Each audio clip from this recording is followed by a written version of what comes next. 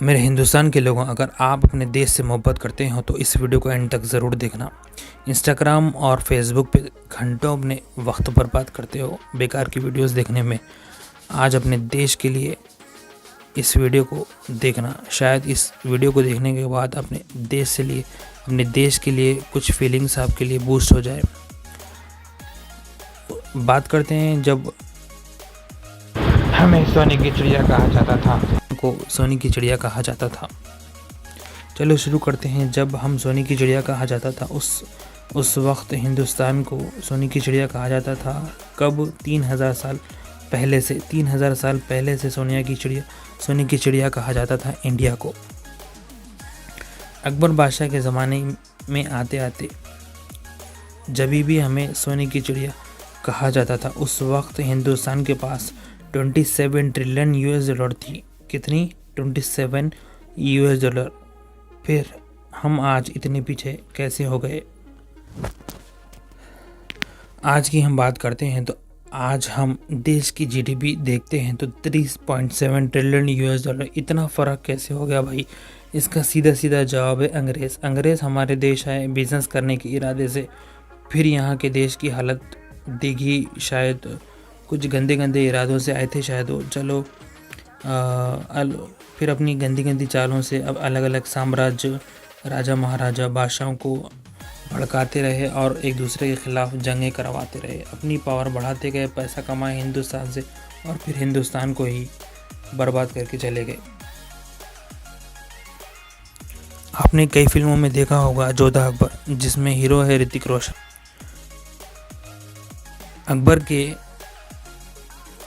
बादशाह अकबर के पास 9 रत्न थे, जिनका नाम आपका बताता चलूँ। राजा बीरबल को कौन नहीं जानता? बड़े बुद्धिमान थे। उनके किस्से मैंने बचपन से सुनते आया हूँ। बड़े ही बुद्धिमान थे। बड़े बड़े किस्से उनके सुने हैं, जिस तरीके से वो किसी भी चीज़ को सॉल्व कर सकते थे।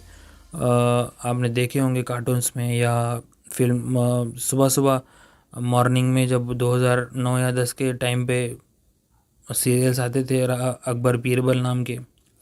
ये तो हो गया राजा बीरबल की। उसके बाद दूसरा नंबर है मियाँ तानसिंह। तीसरे नंबर पर है अब्दुल फजल। चौथे नंबर पर है फ़ज़ी। पाँचवें नंबर पर राजा मानसिंह। छठे नंबर पर है राजा तोडरमल। सातवें नंबर पर है मुल्ला दो प्याज़ा। आठवें नंबर पर है आज़ियादीन। 9वें नंबर पर है अब्दुल रहीम ख़ान। ये तो बात हो गई अकबर बादशाह के पास जितने हिंदू राजा थे। 3 हिंदू राजा थे और 6 जो है मुस्लिम राजा थे। लेकिन फिर भी हिंदू राजा अकबर बादशाह के पास ज़रूर थे, जिससे अकबर बादशाह कोई भी मसला हो उसे उन लोगों से राय लेके सॉल्व करते थे उस चीज़ को, कोई भी मसला अगर रहा तो। करते हैं छत्रपति शिवाजी महाराज की। शिवाजी महाराज के सैनिकों में 60,000 से ज़्यादा मुस्लिम सैनिक थे। छत्रपति शिवाजी महाराज के समय में उन्होंने एक मजबूत नौसेना तैयार की थी और इनकी कमान मुस्लिम सैनिकों के हाथों में थी। और ये भी सुन लीजिए आप, शिवाजी महाराज मुसलमानों के खिलाफ कभी भी नहीं थे। जब शिवाजी महाराज आगरा के किले में नज़रबंद थे, तब उनको वहाँ से निकाल के जाने की मदद 2 व्यक्तियों ने की थी। उनके नाम आपका बताता चलूँ। मदरी मेहतर था और उनका गुप्तचर जानकारी मौलाना हैदर अली थे। मौलाना हैदर अली के पास था और उनका तोप खाने का जो कमान संभालते थे उनका इब्राहिम खादरी, जो तोप खाने की जिम्मेदारी लेते थे। तो इब्राहिम खादरी जो तोप खाना होता था ना, वो उनके अंडर में था। इब्राहिम खादरी जो छत्रपति शिवाजी महाराज के सैनिकों में से एक थे। दोस्तों, आज हम हिस्ट्री के बारे में, तो मुस्लिम बादशाहों के पास हिंदू मुस्लिम दोनों सैनिक थे, राजा महाराजा थे। और हिंदू राजा के पास हिंदू मुस्लिम दोनों सैनिक थे और राजा महाराजा भी थे। अब कोई मुस्लिम बादशाह है जिसके पास हिंदू भी सैनिक है, मुस्लिम भी सैनिक है, दोनों मिलकर जंग लड़ते थे। और किसी हिंदू राजा के पास हिंदू भी सैनिक थे, मुस्लिम भी सैनिक थे, जो मिलकर जंग लड़ते थे। तो इससे सीधे सीधे ये बात ज़ाहिर होती है कि जब उस वक्त हिंदू मुस्लिम उतना नहीं था जितना आज है।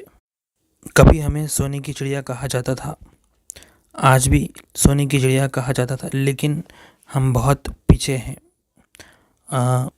उस ज़माने के मुकाबले में हिंदुस्तान आज की डेट में $1 की कीमत इंडियन रुपीस में कन्वर्ट करें तो 90 रुपीज़ के आसपास है। लेकिन आज़ादी के वक्त में $1 की कीमत इंडियन रुपीस में ₹1 थी। एक रुपये की बराबर थी $1 की कीमत। US डॉलर की मैं बात कर रहा हूँ आपको। 1600 ईस्वी में हिंदुस्तान में इतनी दौलत थी कि America, Japan, London, Germany, China 5 देश मिलकर भी हिंदुस्तान की GDP का मुकाबला नहीं कर सकते थे, जिसकी गलत नीयत पड़ी ब्रिटिशर्स की, अंग्रेज़ों की। उस वक्त हिंदू मुस्लिम एक दूसरे से भाईचारे से रहते थे। मुस्लिम की ईद पर हिंदू आते थे, अपना त्यौहार को, अपनी खुशियों को जाहिर करते थे। जब कोई हिंदू की ईद आती थी, दिवाली या दशहरा वगैरह आता था, तो सब मिलकर एक दूसरे से सेलिब्रेट करते थे। आज हमारे मोहल्ले में कभी भी आज जब ईद आती है तो मेरे घर पर मेरे हिंदू दोस्त भी है जो शीरखुरमा पीने के लिए आते हैं और हम उनको पिलाते हैं। जब उनकी ईद आती है, दिवाली, तब मैं उनके पास जाता हूँ, मुझे पटाखे चाहिए और मैं पटाखे फोड़ता हूँ। तो आज हमारे मोहल्ले में उतना हिंदू मुस्लिम नहीं है जितना हिंदुस्तान में आज इस वक्त है।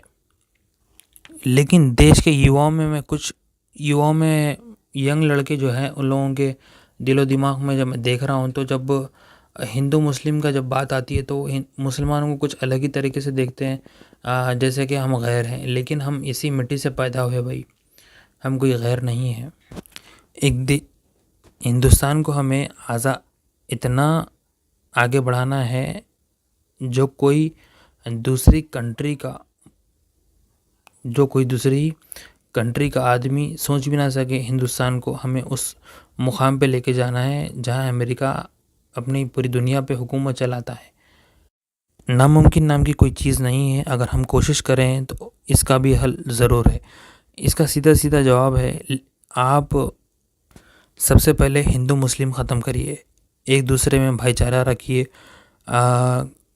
हिंदू मुस्लिम दोनों मिलकर काम कीजिए, ज़्यादा से ज़्यादा एजुकेशन हासिल कीजिए और कोई भी कंपनी हो, चाहे बिज़नेस करो या जॉब करो, कोई भी करो, ये मत देखो कि वो हिंदू है या मुस्लिम है। हाल ही की बात है, जब मैं बेकार था, मतलब मुझे कोई जॉब नहीं थी, तब मैं एक इंटरव्यू के लिए गया था। तो एक कैबिन में मुझे एक शख्स बुलाया और उसने मुझे देख के कहा कि मेरा नाम क्या है। तो मैंने कहा मेरा नाम मैं नाम नहीं बताऊंगा, लेकिन मैंने कहा मैं मुसलमान हूँ। तो उन्होंने कहा आपको जॉब नहीं मिलेगी। मैंने कहा क्यों नहीं मिलेगी, लेकिन उन्होंने कहा अब अगर आप इतने पैसे देते हैं, लेकिन वो कैबिन में कोई नहीं था, इसलिए उसने मुझे रिश्वत मांगी थी। तो उसने कहा कि भाई मेरे पास अगर पैसे होते तो मैं आपको थोड़ी देता। ये बात कह के मैं वहाँ से चला गया। फिर मैं दूसरी जगह इंटरव्यू में गया, वो भी शख्स हिंदू ही था। उसने मुझसे क्वालिफ़िकेशन ली और मेरे एक्सपीरियंस के बारे में पूछा और मुझे जॉब मिल गई। देखिए, एक हर धर्म में, चाहे हिंदू हो चाहे मुस्लिम हो, हर धर्म में एक ना एक शख्स होता है जो थोड़ा बहुत अलग टाइप का होता है, जिससे एक आदमी को लेकर पूरे समाज को बोलना ये गलत बात है। हिंदू में हो या चाहे मुसलमान में हो, कोई भी एक शख्स को लेकर पूरी कम्युनिटी को गलत कहना ये गलत बात है। चलिए अब बात करते हैं देश को किस तरीके से आगे बढ़ाते हैं। सबसे पहले चीज़, आप एक दूसरे से अब हिंदू मुस्लिम ख़त्म करिए। व्हाट्सएप में जितने भी ज़्यादा नेगेटिव आपको कमेंट्स आते हैं, जैसे मुसलमानों ने ऐसे कर दिया, मुसलमानों ने वैसा किया, ऐसा किया, वैसा किया, उसको आप नज़रअंदाज करें। देखिए, कल जो उस ज़माने में हुआ उसकी रियलिटी हम नहीं जानते, लेकिन कुछ सच भी हो सकता है, कुछ गलत भी हो सकता है। लेकिन हम उस वक्त को सोच के बैठे तो हम आज अपना वक्त बर्बाद कर रहे हैं और अपनी ज़िंदगी बर्बाद कर रहे हैं। लेकिन अगर हम आज की सूरत देखें, देश किस जगह पे जा रहा है, देश की आम जो एवरेज आदमी की इनकम है वो सिर्फ आज के टाइम में 10,000 रुपये है। सिर्फ 10,000 रुपये जो एक एवरेज आदमी महीने के सिर्फ 10,000 रुपये कमाता है। इसलिए लोग सऊदी अरब या फिर अरब कंट्री में, लंदन में, यूएस में जाते हैं ताकि उनको ज़्यादा इनकम आए। लेकिन देश सबसे पहले आता है भाई।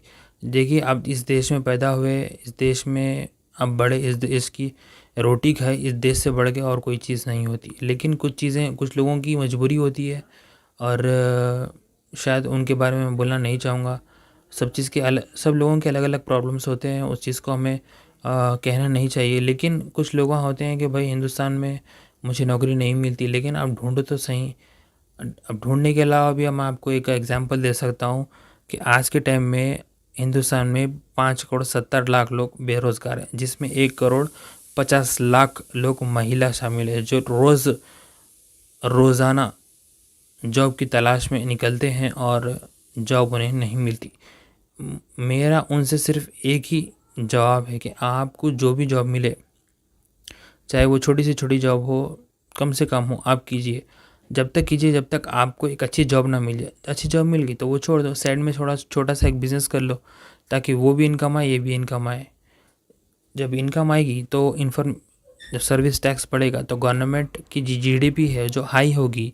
उसके अलावा गवर्नमेंट भी ऊपर जाएगी और हिंदुस्तान का डंका भी पूरी दुनिया में बढ़ेगा। तब गवर्नमेंट को टैक्स जाएगा, तब गवर्नमेंट की जीडीपी हाई होगी, जिससे इंडिया की जीडीपी बाकी देशों के आगे होगी और इंडिया आगे बढ़ेगा। एज एक इंडियन हमें ये सोचना चाहिए कि हमें हिंदुस्तान को किस तरीके से आगे बढ़ना चाहिए। और सबसे मेन चीज़ ये है कि आपके पास एक पक्की इन्फॉर्मेशन होनी चाहिए।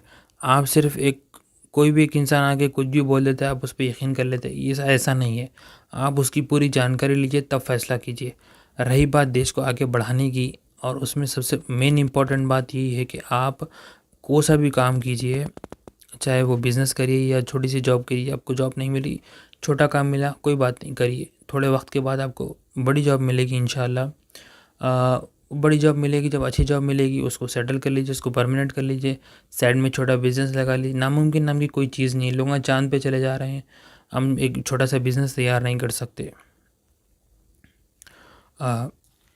देश के युवाओं को मैं सबसे पहला एक अच्छी सी एक राय देना चाहूँगा कि अगर आप अपने देश को जल्दी से एक नेक्स्ट सबसे नंबर 1 पे सुपर पावर बनाना है ना, तो सबसे मेन चीज़ वो है वो एजुकेशन। एजुकेशन आप जितना ज़्यादा सीखेंगे, पढ़ेंगे और उसको अच्छे से गौर करेंगे, हम उतना ही आगे जाएंगे। और दूसरी चीज़ है टेक्निकली चीज़ें सीखना। टेक्निकली चीज़ें सीखने से भी बहुत ज़्यादा इनकम होती है और उसमें बहुत ज़्यादा पैसा भी होता है। टेक्निकली चीज़ें और education is the most important of India is a first super power. India को उस ऊंचाई पे पहुंचाना है जहां पे लोग कल्पना भी ना कर सके। मैं एक मुस्लिम हूं और मैं इस देश में पैदा हूं और इस देश में ही मैं मरूंगा। मैं किसी भी कंट्री को सपोर्ट नहीं करता हूं जब अपने देश की बात आती है। हमारे नबी मोहम्मद सल्लल्लाहु अलैहि वसल्लम ने फरमाया, जब आप जिस देश में रहते हैं उस देश की बात करना है आपको, उस देश के हक़ में आपको बात करना है। बस मैं उनको फॉलो करता हूँ और एक दूसरे में भाईचारे की एक अच्छी सी इन्फॉर्मेशन वीडियोस बनाने की मैं बहुत दिनों से सोच रहा था। मैंने स्क्रिप्ट लिखी और ये वीडियो रिकॉर्डिंग कर रहा हूँ। अच्छी लगी तो इस वीडियो को सब्सक्राइब कर देना और सबसे ज़्यादा शेयर करना मत भूलना अपने दोस्तों में जो हेट फैलाते हैं, नेगेटिव इन्फॉर्मेशन रखते हैं लोगों के पास। लाइक और शेयर ज़रूर कर देना। मिलते हैं अगली वीडियो में। हाँ, अगर इस वीडियो में कुछ मुझसे गलती हुई हो तो कमेंट में बताना। नेक्स्ट वीडियो में मैं उस गलती को सुधारूँगा। देखिए, कोई भी इंसान हो चाहे उससे गलती तो होती है, लेकिन अगर मुझसे कोई इस वीडियो में गलती हुई तो बताइए, मैं इस वीडियो को नेक्स्ट वीडियो में कवर करने की कोशिश करूँगा इंशाल्लाह। चलिए मिलते हैं अगली वीडियो में। तब तक अपना बहुत ज़्यादा ख्याल रखिएगा। खुदा हाफिज़।